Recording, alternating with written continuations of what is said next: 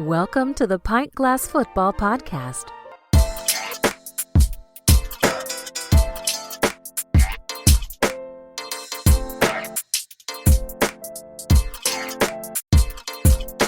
What's up, PGF Nation? We are back. NFL Week 5, College Football Week 6 in the books. Is James Franklin done at Penn State?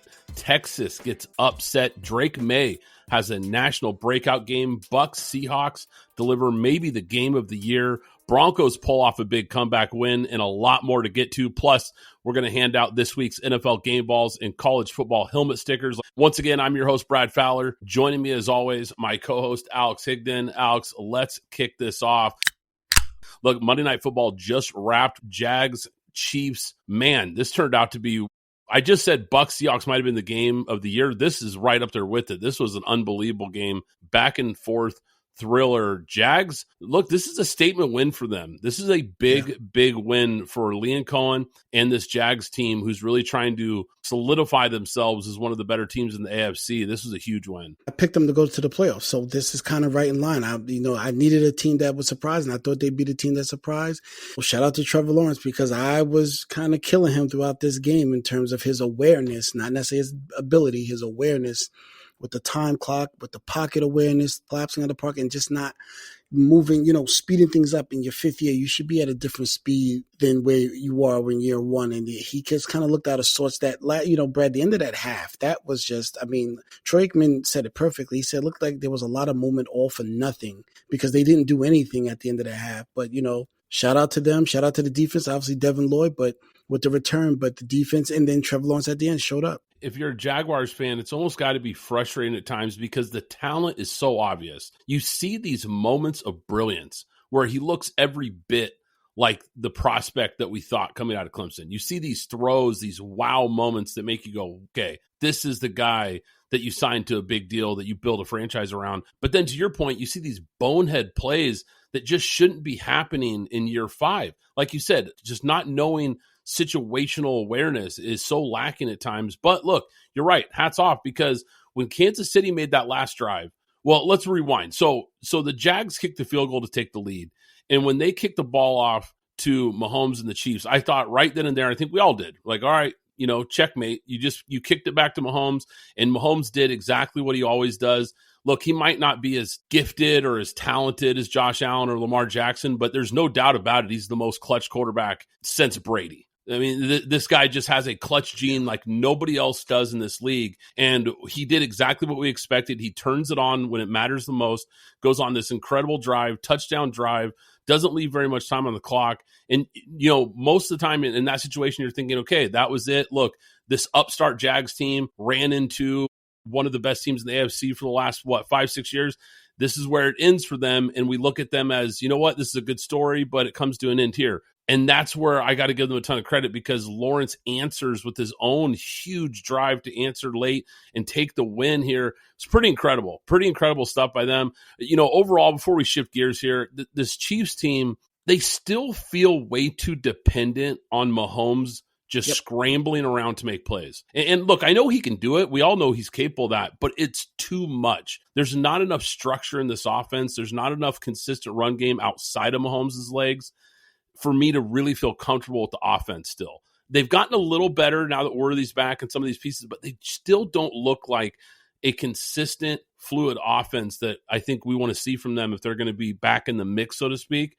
The little details, something Parcells always used to talk about, the Harrison Butker kickoff, putting them at the 40 was huge in order for them to be able to score. Because remember, they had to waste the timeout at the end before they let them, because they should have just probably let them score right away and then kept the timeouts, but they didn't. But that kickoff that nobody's going to talk about was the key to allowing them to do that. And, shout out to him. That was a hell of a pass to Brian Thomas on the sideline. Yeah, he had a few of those tonight. I mean, just unbelievable throws that literally only about 6 or 7 guys in this league can make. And that's what kind of talent this guy has when he's on. But he definitely turned it on when it mattered, no doubt about it. And you're right. That was one of those mistakes that really, really cost them, because especially with these new kickoff rules, if you get yourself a decent return there, you're only, 2 first downs from really being in range. Really good game, and could be a breakout game for the Jacksonville Jaguars. And look, I'm going to take a victory lap here real quick, because if you guys who subscribe to the newsletter, I put out my Monday Night Football betting preview. I had Jags plus 3.5. Just saying. There'll be a lot of that as we continue. All right. Sunday Night Football was a pretty good game. Man, look, going into this game, I don't think anybody thought it would be this close. Bills were a huge favorite, 11.5-point favorite over the Patriots. And this is another team kind of similar to the Jags, trying to break out as one of these upstart teams in the AFC. And this was a big statement win for Vrabel in this new coaching staff here and this young quarterback, because Drake Maye, I think, had a national breakout party in this game and really showed everybody just how good he's been. If you weren't paying attention, because look, they're not in a lot of these national spotlight games in the last couple of years. A lot of people haven't gotten to see him recently, but he's been quietly playing some really good football. And man, he had a great game and a big upset win here over the Bills on Sunday night. Yeah, absolutely. I mean, from the beginning of this game, it was a back and forth of volleyball, because they were just giving the ball back and forth to each other. And, you know, the Vrabel teams, just like the Titans teams that had tough, stay gritty, just stay on. And as soon as I saw that in the first quarter, I knew, I said, oh, this is going to, I think the Bills are in trouble, and just made it a fight all the way through. And those are what Mike Vrabel teams do the best. And one thing I'll say from a fantasy note, Antonio Gibson tore his ACL. He's out for the year, and Patriots fans have been yelling from the rafters for the rookie running back to finally get his chance. With Ramondre Stevenson fumbling again, I think you're going to see the rookie a lot next game. And so pick him up if he's on the wire in your fantasy team. Yeah, I think you could tell Vrabel's getting frustrated with Ramondre Stevenson and the fumbles, because after that first fumble, he sat him for quite a while there, and we didn't see him again until quite a bit later in the game. So yeah, that's something to watch from a fantasy note.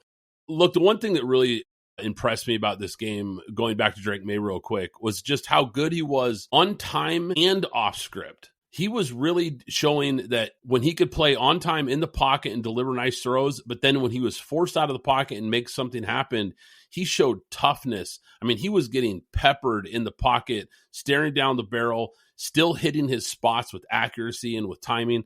I was really impressed by this young guy. And look, I loved this kid coming out of the draft. And I talked about it when we did our draft coverage of this guy. I said, look, he's not going to be ready to be a star right away. He's more of a developmental guy. Some of these other guys that came out in that draft, Bo Nix, Jaden Daniels, Penix, some of those guys had double the amount of starts that Drake Maye had. So I knew Maye would be a little bit more time to let it bake, so to speak. But we're starting to see now in year two where he's starting to really take those next steps. And if you're a Patriots fan, you've got to be so excited about what you're seeing from this kid, because it just does. It feels like a building block game for this Pats team. And when you look at from the Bills standpoint, look, I don't think it's anything to really lose sleep over. It was just a sloppy football game by them. It was kind of out of characteristic for what they've been these last couple of years. This is a team that really takes care of the ball, and it got away from them in this game. I mean, they had the time of possession battle by 9 minutes over the Patriots. So they were moving the ball, controlling the clock, and doing a lot of good things. But those key turnovers and penalties just killed them in this game. And when you do that, you let an underdog stay around in a game like this, and sometimes you get knocked off. Yep, and just real quick, my game ball goes to Stephon Diggs, returning to Buffalo, going against Buffalo, 12 targets, 10 catches, 146 yards. He did not disappoint. That's a great choice for the game ball. I'll get to mine here in a minute, because I want to get to Broncos, Eagles, because this is another game that we previewed on the audio podcast. If you guys aren't subscribed over on Apple Podcasts or Spotify, make sure you do, so you can check those out. Bo Nix looked terrible in the first half. He looked like he was rattled. He was off script, trying to make plays, misthrowing balls. Second half, though, it really started to click. And that pass to Cortland Sutton on 3rd and 15 that led to that eventual game-winning drive was an absolute dime. And I got to give some credit to Sean Payton, because something you talk about a lot with him and his lack of a running game, his lack of a willingness to run the ball. He did something very un-Sean Payton-like and had the perfect game plan here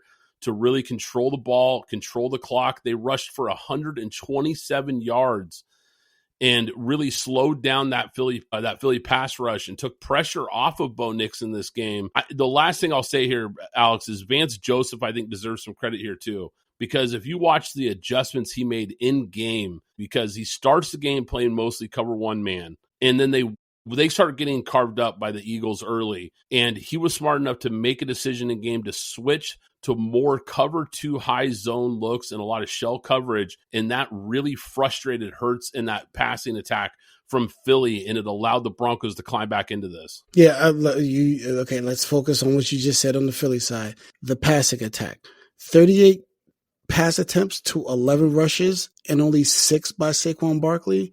Now, we know Saquon Barkley hasn't broken out or had one of those games yet, but still, you only ran the ball a total of 11 times and threw it 38. I don't know what's going on there, but something's going to be brewing because, and let's be clear, that there should have been a bomb, probably about a 60-yard touchdown from Hurts to A.J. Brown, who slowed up on that. I don't know what he was thinking. Maybe he's going to say, well, we're out of sync. We don't throw the ball enough. I don't know what the excuse was there, but that should have been a touchdown. Nonetheless, another victory lap for PGF. Yeah, we had Broncos. We took the points in this game, and you actually took Broncos on the money line. I took Broncos plus 4.5 because I thought at the very least they would find a way to make this close. And early on, it didn't look like it was going to be. It looked like the Eagles were going to run away with this. But you're absolutely right. That is not the formula for them. That is the exact opposite of what this Eagles team is.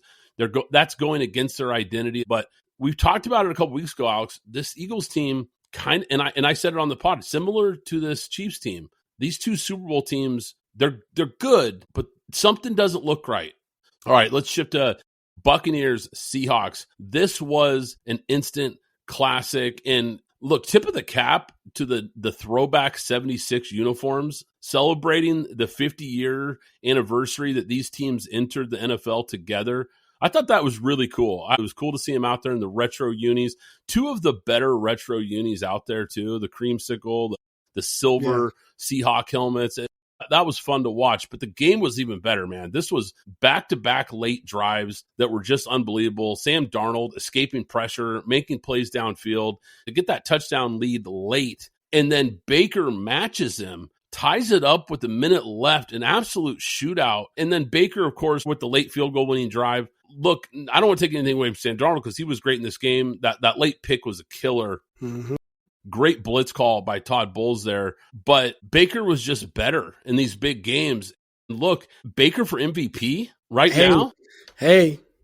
Listen, is that crazy talk? It's not crazy talk. I've been on board with it the whole time, but I'll get to Baker in a minute. One of the things I want to point out, let's talk about this Ohio State receiver battle that actually happened in the game, which was in an undertone there between Jackson Smith and Jigma, 9 targets for 8 catches, 132 and a touch, and then Emeka Egbuka for 7 targets, 7 catches, 163 and a touch. If there's an argument still out there about wide receiver I respect Chase and Justin Jefferson, but I think Ohio State has clipped them. But it was a great wide receiver battle as well. But to your point to Baker and the Tampa Bay Buccaneers, grit, and I talk about it, grit, toughness, and they will go as far as Baker is going to lead them. This guy he wears his heart on his sleeve. These guys will fight and continue to fight for him as long as he's on the field. You can talk about it how you want to talk about it, but they're a dark horse Super Bowl team, and Baker definitely should be mentioned in MVP conversations. If and just a quick note, follow us on Facebook too. PGF Nation is on Facebook too. A lot of these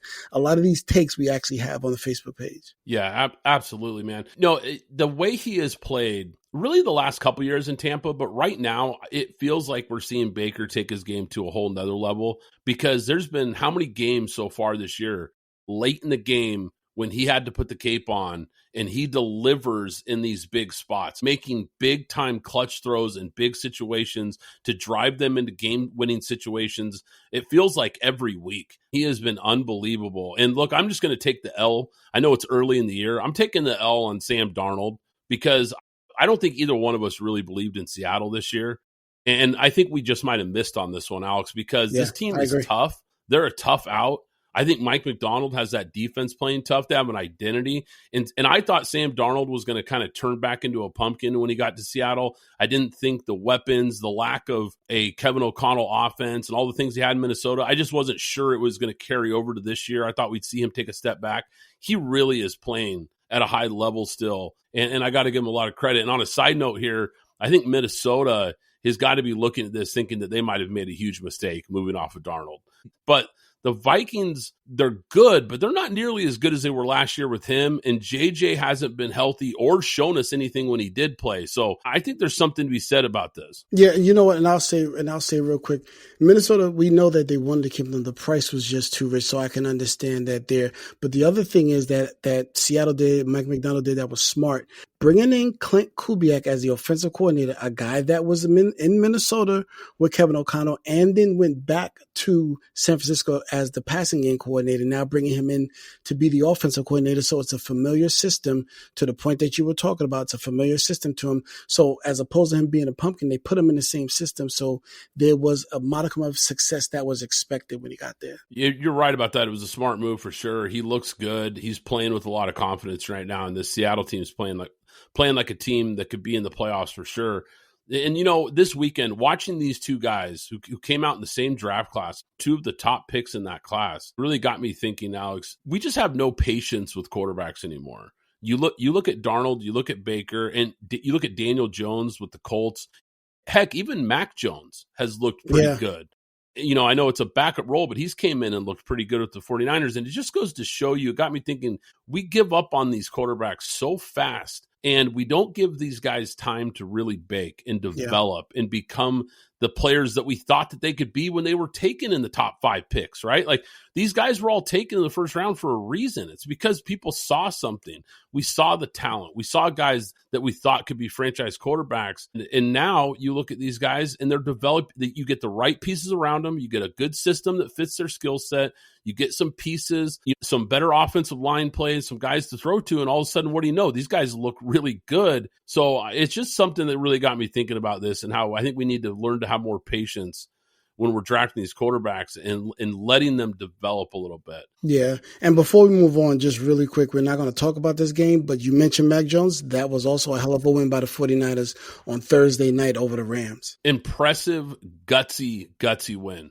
A team that's coming in really limped into that game. So many guys are hurt for them. Obviously, like we mentioned, you got a backup quarterback. You've got all kinds of starters that are out, and they're a big dog to come in there and get a win against a good division rival. You're absolutely right about that, Alex. That was a really, really gritty performance. Is there a quarterback controversy in San Francisco? I don't think so. So. I think they paid Purdy for a reason, because they believe in this guy, and I think he has enough of a proven track record with them that they know what he is. They know he can play in big games. They know he delivers more often than not, right? And I think what Mac Jones has done, though, is given them a really solid backup option, which is always a good thing in the NFL, because we know these very rarely do any of these starters make it through 17 games. So having a backup might be one of the most underrated positions in football. But what it has done for Mac Jones specifically is it's gotten him another shot, because I'll be shocked if he doesn't get a starting job next year somewhere after what we've seen from him. So that's a fact. Yeah, definitely. He's putting some good game tape out there, as they say. Before we shift to the college slate, I got to give out my NFL Week 5 game ball, a game that we didn't talk about, but I was impressed with the Detroit Lions, and it's going to defensive end Aiden Hutchinson. Man, this guy is a wrecking ball. What a player he's become. 4 tackles, 1 tackle for a loss, 1 sack, 5 quarterback hits. I mean, he lived in the backfield in this game, was so disruptive, such a good player. He's getting the game ball for me, Alex. All right, let's shift gears to Upset Saturday. Man, did we see some big games and some big teams go down and really shake up the CFP landscape on Saturday. Let's start out in LA, out in Westwood. This is not a game that I thought we would be talking about, Alex. Let's just be honest. This was a team in Penn State going up against UCLA that was a very under-the-radar game, because Penn State came in as a huge, I believe it was 24.5-point favorite going into this game against winless UCLA. And look, if we rewind a little bit, we talked about last week, Penn State had the huge national spotlight game against Oregon, top 10 matchup, down to the wire, great finish. And it looks to me, Alex, like Oregon just beat Penn State 2 weeks in a row. Because you want to talk about a letdown game after a big loss. You go up against a UCLA team that was 134th ranked defense in the country, 0-4, fired their coach midseason, and they put up 435 yards and 42 points on Penn State. Yeah. So listen, you let Nico, a guy who ran away from big time football in Tennessee, put up 5 touchdowns on you by himself. Shout out to the offensive line, but by himself, 2 passing, 3 rushing. He might have even played himself back into people talking about him coming out in the draft.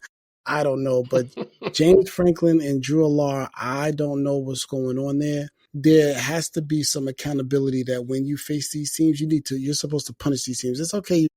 You play down to a team, but you don't lose to this team. If you're talking about this is probably your best chance in the to win the national title. You don't lose games like this. You're supposed to be creme de la creme. You're supposed to be a top 5 program, and you're not looking. You're looking like fool's gold. So I'm sorry. It's over for Penn State. No, you're not kidding here. Because, look, it's one thing to lose to Oregon. And even though that was a gut punch, because, like you said, this was a team that was trying to get over the hump and get into that national title conversation, that's a tough loss. But, look, there's no shame in losing to another top 10 team. There is shame in losing to UCLA. This team is terrible. To put this loss in perspective, UCLA became the first 0-4 team to beat a top 10 team since 1985. I mean, you just don't see games like this. That's how rare this is. And to your point, Alex, this was a now or never year for Penn State. They had the preseason Heisman favorite at quarterback, 2 top 5 running backs who are projected to go in the NFL. They had the best offensive line in college football, the best portal class. They brought in Jim Knowles from Ohio State to be the defensive coordinator, and they went from number 2 in the country to start the year to unranked in 5 weeks. You want to talk about a team completely coming unraveled. I think you're right. I don't think you can recover from this. I really don't. I don't care if they win the rest of their games. I don't think they recover. I think James Franklin gets fired at the end of the year because I think Penn State realizes they have to shift gears. There's no excuses for this team. Yeah, and Iowa's not ranked, but they're tough. Then they have, this is back-to-back games. Then they have Ohio State, and then they have the emerging Indiana. So I think they can lose another 2 to 3 games before the end of the season. So it's sorry. What's my favorite saying that I hear everybody? Sorry, not sorry. It's over at Penn State. Good luck. Is it over in Texas is the next question. Because, look, this is another team kind of similar to Penn State. Look, they came in preseason number 1. This is the team people thought was going to run the table, win the SEC, win the national title. Arch was going to be carried off on shoulders with the Heisman Trophy in his hand. What happened to all that? Because Texas has been a major disappointment. I mean, maybe not to the same level of Penn State, granted, but it's not looking good for them either. I mean, this offensive line is a mess. They can't run the ball. They put way too much on Arch Manning to carry this team. And look, he's been, I'll be fair, he's been a C+ quarterback, not the A++ hype that we expected, right? So I'm not going to sit here and say he's been trash, but he hasn't been the guy that we thought he'd be right out the gate. We thought he was going to be some combination of, Peyton Manning with wheels. I don't know what people expected, but obviously the hype got too far. And I'm pointing the finger at myself here. I kind of bought into it. I saw flashes of it last year and thought that there could be a special year for them, but he's not ready for this level of football yet. And the defense completely no-showed in this game. They've been a great defense all year. Where was the defense in this game, Alex? This Florida offense really, do I say mediocre or just bad? Am I being nice by saying mediocre? I mean, it hasn't been a very good offense. Yeah, and Florida lit them up like a Christmas tree. Look, Texas is in major trouble here because they've got Oklahoma next week. Oklahoma looks like they're for real. Florida's ability to run the ball, I thought, was key in this game. They ran all over them, 100 yards in the first half. Every time Texas scored, DJ Lagway and Florida responded. Their defense could not get a stop in this game. I know you're a Gator fan, so tell me about it, Alex. What do you think? So, listen. Well, first off, my helmet sticker is going to the defensive group. A couple of things. Our offense has looked anemic over since the beginning of the season. However, that defense has been the same throughout, with 26 in the nation, at least in 26 in the nation, and points allowed at 17. So another pat on the back for PGF Nation, because we said take Florida over Texas. Well, at least take Florida in the points over Texas. And once again, we hit donations are accepted. So that's the first thing that I'll say.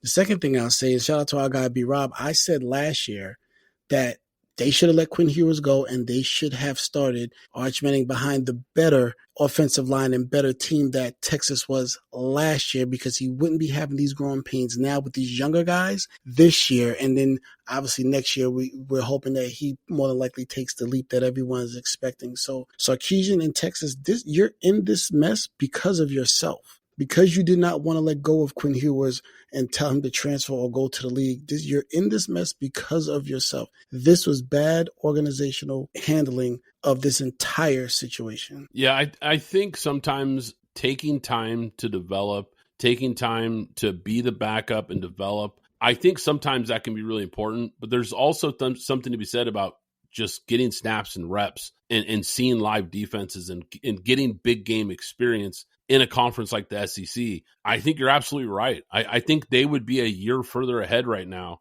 had he been the starter. Now, would they have been in the national title hunt? Maybe not, but they might be in the national title hunt right now if he's a year further ahead. So there's definitely something to be said about that, Alex. Now, the last game I want to get to here, that big top 25 matchup, Miami, Florida State. As of right now, Miami, look, they might be the best team in college football. I know Ohio State's number one, but this team has been dominant on the line of scrimmage. It's something we talked about in the preseason going into the year. I said, circle the line of scrimmage for Miami because they are going to be really good on both sides of the ball. They've been dominating teams. This team is a bully. Now, look, I know it's early, but right now, Reuben Bain Jr. is number one player on my big board. Yeah. I just spoke about Florida and the Gators and their defense at 26. Well, Miami is 15th, only allowing 13. This is not shades of the, of the U back with the Ed Reed U when they were just shutting everybody down. But however, only allowing 13 points, and listen, have defense will travel. And if you have something like that, you're going to be able to take that wherever it is that you go and know that you have a chance because the defense is going to show up there. However, Florida State, a lot of my family loves Florida State. Sorry.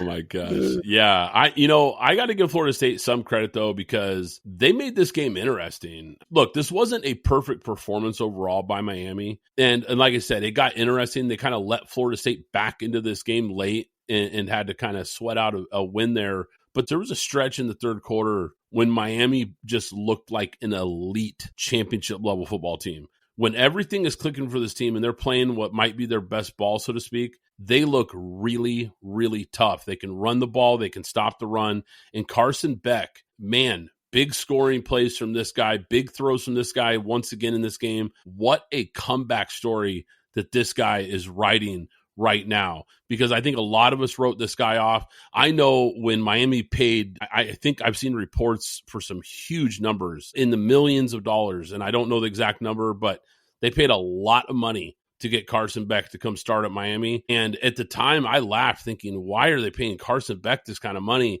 Well, he's proving me wrong right now because he looks like the real deal. He looks like the guy we saw at Georgia 2 years ago, not the guy we saw last year. And shout out real quick to freshman receiver Malachi Toney. Oh my goodness, this guy has been incredible for them. What a player he is, the true freshman. But yeah, Miami's a bully, man, and they're going to be tough. And as long as Mario Cristobal doesn't get in their way, so to speak, they're going to be a really tough out. And I think right now they've got to be the heavy favorite in the ACC, but I also think they're a team that could be taking the 1 seed in the CFP if things keep going their way. Hey, listen, I think if Miami stays on track the way that they are right now, I think they're going to be able to go deep in the playoffs as long as that defense everybody stays healthy, specifically that defense. I think they're going to have a chance to really make a run. And boy, if the U is back on top, look out. We know that they've kind of been a sleeping giant in college football for a while now. And it looks like Mario Cristobal has woken this giant up because they are playing like an elite program once again for the first time in a really long time. Now, before we get out of here, there was a game in the ACC that we didn't get a chance to really talk about, but I don't even want to talk about the game really because I didn't think the game was really worth talking about. But let's be real for a second, because this is kind of the harsh truth. If Bill Belichick was still that guy, he'd be coaching in the NFL. And when I watch North Carolina and their struggles, and they are really, really struggling. This is not even a competitive football team right now. Through the first 5 weeks of his college football debut, it's made one thing very clear to me, Alex. The college game might be too much for him. And just like his NFL success slipped away once Tom Brady was no longer his quarterback, it looks like football in general is slipping away from Bill Belichick. And I think his stock right now is at an all-time low. Yeah, I actually absolutely agree. I mean, he's too busy. It feels too busy playing petty wars. Do you know that the UNC, they celebrated Javonte Williams and a lot of things that he did? It wasn't until yesterday that they had posted about Drake Maye because of the quote-unquote ban that Bill Belichick has about the Patriots, that they were not even talking about their first-round quarterback pick. And yesterday, they actually tweeted about him for the first time since May. So I think there's too many petty games. I think there's a lot of things that they need to be paid attention to in terms of detail. This guy, we could say anything we want to say about him, Brad, you're absolutely right, but there's a lot when it comes to details, and this team looks like they have not been paying attention to any details. And it's funny you say that because for years, what did we always read and hear from players, coaches, beat reporters, anybody that was involved or close to this team, and I mean the Patriots, when he was there, what did we always hear?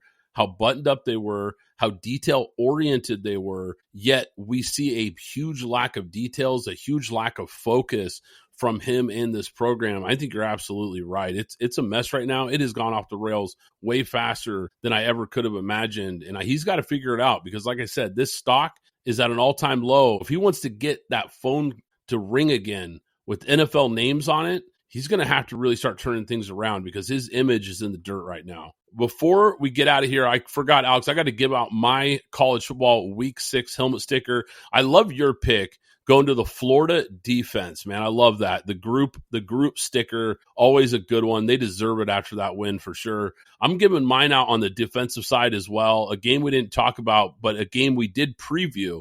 Alabama linebacker Justin Jefferson, 14 tackles, 1 sack, 1 tackle for a loss in a big win over Vanderbilt. They get their revenge game from the loss to Vanderbilt last year.